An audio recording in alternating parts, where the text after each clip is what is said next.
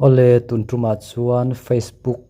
profile picture a full saya upload dan kan soi ho dona tam tak chuan in lo hre to po ni mai theia ala hre lo tan ti in video kon siama top thleng mi lo en sak don ya o ama sa in eta Facebook app a hian kan lut anga yang kan lut ta a chuan ta profile icon a ka luta ron test chinang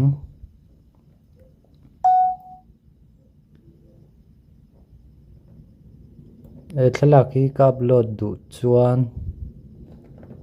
a fulina thailo ni ti hian a fulina thailawa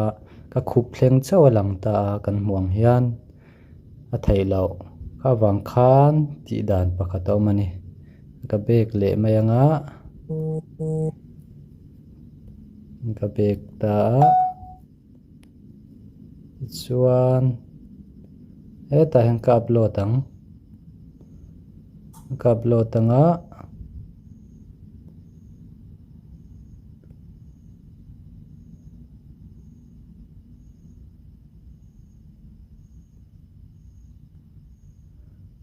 upload khan heta hian only me a hian idang public du lawang achan chu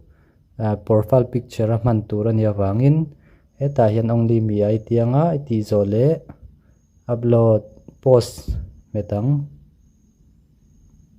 ki khan ti hani upload photanga fullin ti chuan button an noi button hi metanga eta Google Chrome ai lutang like Google Chrome hian ka reveal na hian lutanga ta khan tunai Facebook ID le password khai chu lutanga www.facebook.com itianga chuan ya ID Facebook ID le password imetanga chuan i login don ni kai chu kalo login sa awangin me angai lawa ti han ka login hala ti chuan eta kalutanga ka Facebook a nichina ka upload ta ka only me ka upload ka hiania voikhat ka khilikang thlaki voikhat ka khilika ti han lo langanga ti chuan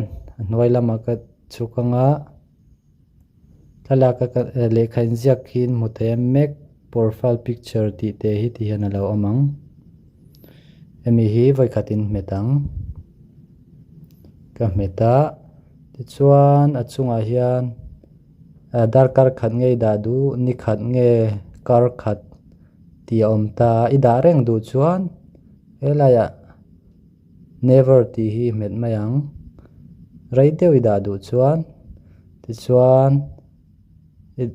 anoya hian confirm ti oma confirm hi ka metang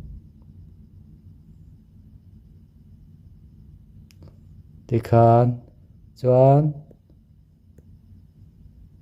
alai Facebook a hian kan en leng